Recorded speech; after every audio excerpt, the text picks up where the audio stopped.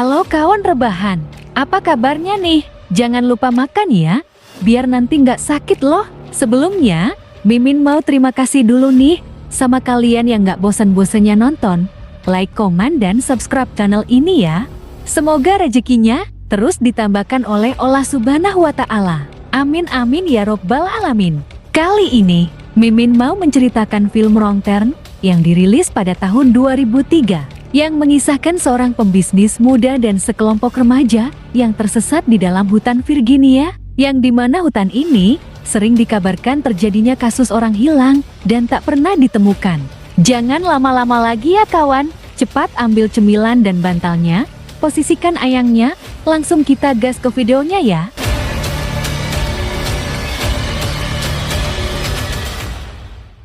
Cerita berawal, sepasang kekasih yang sedang melakukan pendakian di sebuah gunung berbatu. Kita sebut aja pria ini Selamat dan wanita ini Surti. Di sini, Selamatlah yang lebih dulu sampai di atas gunung tersebut. Namun, tanpa disadari oleh Mbak Surti, Mas Selamat telah dibunuh oleh seseorang tak dikenal, hingga membuat Mbak Surti panik bukan kepalang. Ketika ia berusaha meloloskan diri dari tarikan orang misterius itu, Mbak Surti langsung melepaskan ikatan tali yang ada di tubuhnya, hingga membuatnya terjatuh, dan melihat Mas Slamet yang sudah tak bernyawa, hingga membuat Mbak Surti lari kocar-kacir, berusaha kabur dari tempat itu. Namun sungguh sayang kawan, Mbak Surti tak lepas dari buruan manusia misterius itu. Kini, cerita berpindah dengan pengusaha muda bernama Chris yang ingin mendatangi pertemuan dengan seorang klien, namun harus terjebak di kemacetan panjang yang diakibatkan adanya truk yang terbalik. You've any idea what's going on up here? Tractor jackknife about 5 miles up. Spilled chemicals and shit all over. Lalu tanpa pikir panjang, Chris yang terburu-buru langsung putar balik untuk mencari jalan alternatif. 7 p.m. interview with Mr. Keller. I'm running about 30 minutes. Yang dimana ia harus singgah ke pom bensin milik Pak Ujang untuk menelpon asistennya. Namun sayang, telepon itu tak bisa digunakan. Lalu Chris pun langsung berpamitan dan meninggalkan tempat itu. Ketika di perjalanan, Chris dihadapkan dengan jalan bercabang yang membuat ia bingung seperti kehilangan ayang. Saat melalui jalan itu, tanpa ia sadari menabrak satu mobil yang ada di tengah jalan. Yang ternyata, mobil itu juga mengalami bocor ban. Di sini, kita diperkenalkan dengan Indah, Ivan, Charlie, Scott, dan Jesse, yang dimana ia menemukan kawat berduri yang sengaja dipasang oleh seseorang. Lalu Chris, Jesse, Charlie, dan Scott memutuskan mencari bantuan yang meninggalkan Evan dan Indah untuk menjaga barang-barang mereka. Di sini, Evan yang asik menghisap rokoknya diajak oleh Indah untuk uget-uget ria di tengah hutan ini. Evan yang mupeng pun langsung membuka celananya.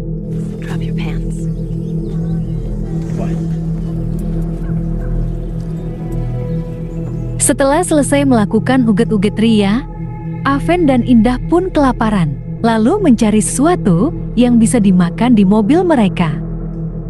Yang dimana, tiba-tiba saja Ivan dikagetkan oleh sesuatu. Lalu ia pun mendatangi sumber suara tersebut. Di sini Indah yang tak melihat Ivan saat berada di belakangnya tadi langsung mencarinya. Yang dimana Indah mendapati potongan kuping Ivan sudah berada di tanah. Indah pun langsung mencoba kabur.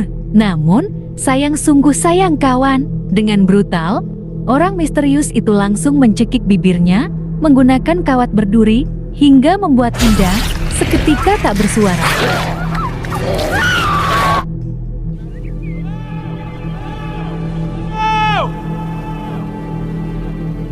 Singkat cerita, Jesse, Charlie, Scott, dan Chris menemukan jalan buntu yang menurut mereka tak ada orang yang akan melintasi jalan ini. Lalu mereka pun pergi dari tempat itu dan menemukan satu rumah tua yang tampak berpenghuni. Anybody home? Mereka pun langsung masuk ke dalam rumah itu yang ternyata tak ada satu orang pun di dalamnya. Let's just do what we gotta do and get out of here. Okay, who lives here? Alih-alih ingin mencari bantuan, mereka justru menemukan hal aneh di dalam rumah itu. Yang dimana Shirley melihat potongan dari tangan manusia. Scott, we have to go now. Jesse! Jess! Hey! Whoa! Guys, we need to get back. Dan benar saja loh kawan, saat mereka ingin pergi dari rumah itu, tiba-tiba saja gerombolan orang misterius itu datang yang menderek mobil mereka. Lalu mereka pun mencoba kabur, namun semua pintu keluar ditutup, yang membuat mereka harus bersembunyi di dalam rumah tersebut. Ketika orang misterius itu masuk, tanpa mereka sangka,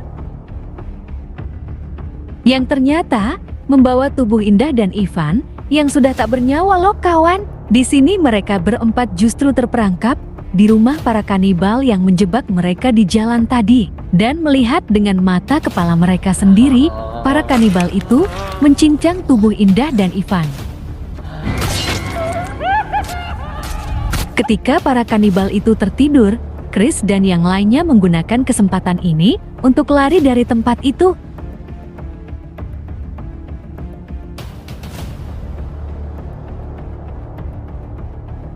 Namun, aksi mereka diketahui oleh salah satu dari kanibal itu, yang membuat mereka pun lari kocar-kacir menuju ke dalam hutan. Para kanibal itu pun langsung memburu mereka. Di sini tibalah mereka di sebuah tempat penumpukan mobil dari korban-korban yang telah dikabarkan hilang di dalam hutan ini. Get away with this.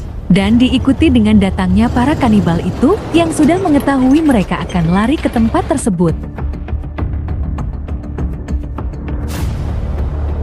Lalu mereka pun mencoba bersembunyi, yang dimana Chris mencoba mengalihkan mereka, namun harus tertembak oleh para kanibal itu.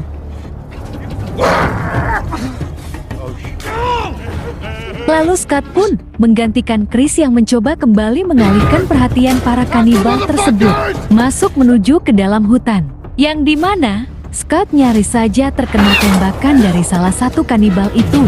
Di sini Chris, Shirley dan Jesse pun langsung mengambil truk para kanibal tersebut dan mencoba menjemput Scott dari kejaran para kanibal yang memburunya. Namun sungguh sayang kawan, teriakan dari Shirley ini membuat para kanibal itu mengetahui keberadaan mereka. Ketika Scott ingin menuju ke truk itu, tiba-tiba saja langsung dipanah oleh salah satu dari para kanibal tersebut, yang membuat Scott harus gugur dari pelarian ini. Lalu Chris dan yang lainnya dengan berat hati meninggalkan Scott yang akhirnya dibawa oleh manusia kanibal itu ke markas mereka. Singkat cerita, jalan yang mereka lalui terdapat pohon yang tumbang, sehingga membuat mereka harus berjalan kaki untuk menghindari para kanibal-kanibal tersebut. Yang dimana Chris hampir saja terkena jebakan beruang yang dipasang oleh para kanibal itu. Ketika hari sudah mulai gelap, mereka menemukan sebuah menara pantau milik polisi kehutanan.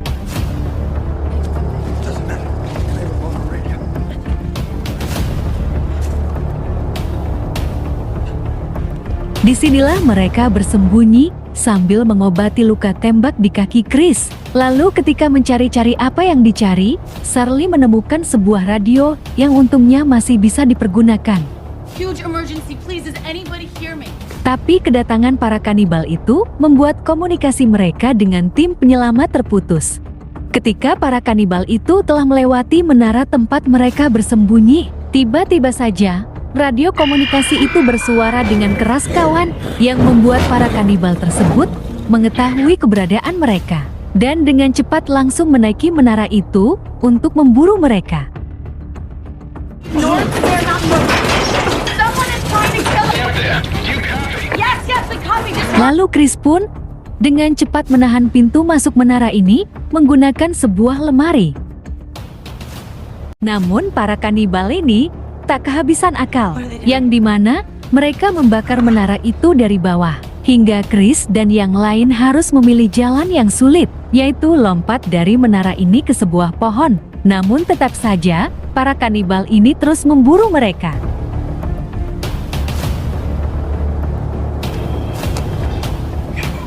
You okay? Do you think they saw us? Yang dimana ketika Charlie mencoba untuk melewati pepohonan itu, salah satu dari kanibal tadi langsung menghantamnya menggunakan sebuah kampak yang membuat Carly tewas seketika. Di sini Chris mempunyai ide terbaik, yang dimana Jesse memancing kanibal itu untuk mengejarnya. Chris yang sudah bersiap langsung memberi tamparan manja menggunakan ranting pohon, hingga membuat kanibal itu terpental dari pohon ini dan membuat Chris dan Jesse bisa kabur dari kejaran mereka. Tibalah suatu pagi yang dimana Chris dan Ali melihat jalan utama dari sebuah tebing. Ketika mereka ingin menuruni tebing ini, tiba-tiba saja Chris nyaris terkena lemparan kampak dari salah satu para kanibal itu. Yang dimana ketika Chris ingin melawannya, langsung dipukul manusia kanibal tadi hingga membuat Chris terjatuh, lalu membawa Jesse pergi meninggalkan Chris di tempat tersebut.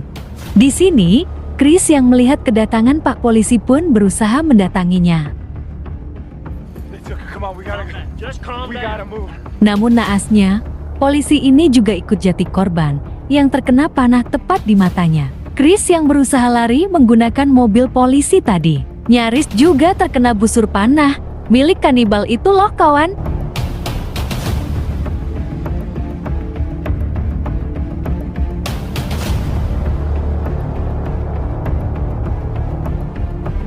Singkat cerita, Jesse yang sudah terikat di tempat para kanibal ini nyaris saja dieksekusi. Untung saja kedatangan dari ketua kanibal itu menghentikannya. Namun kedatangan dari ketua kanibal itu justru membuat Jesse tambah ketakutan karena membawa mayat dari seorang polisi yang ingin menolong mereka. Ketika ketua kanibal itu menyuruh anak buahnya untuk mengeksekusi Jesse, tiba-tiba ledakan bom botol pun mengagetkan mereka.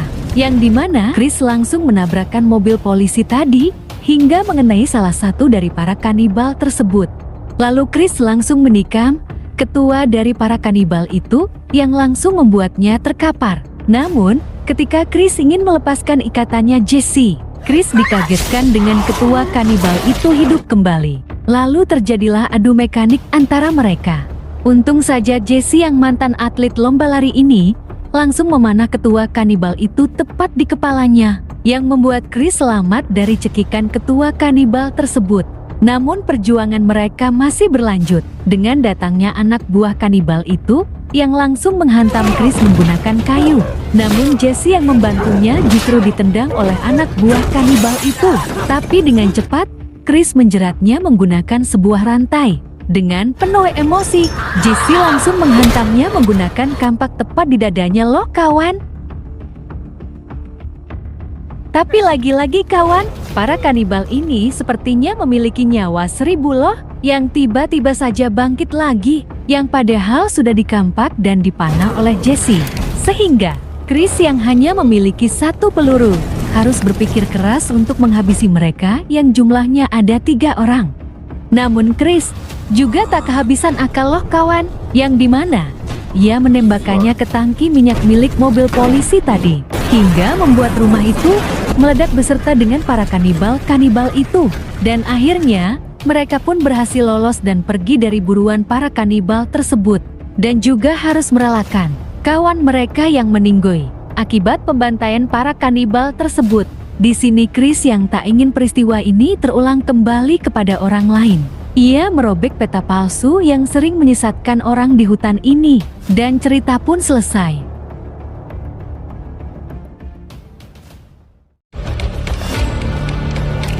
Terima kasih ya, kawan rebahan, sudah menonton sampai selesai. Kasih tahu Mimin dong film apa lagi nih yang mau diceritakan. Tulis komentarnya di bawah ya. Sampai ketemu lagi di cerita film selanjutnya ya.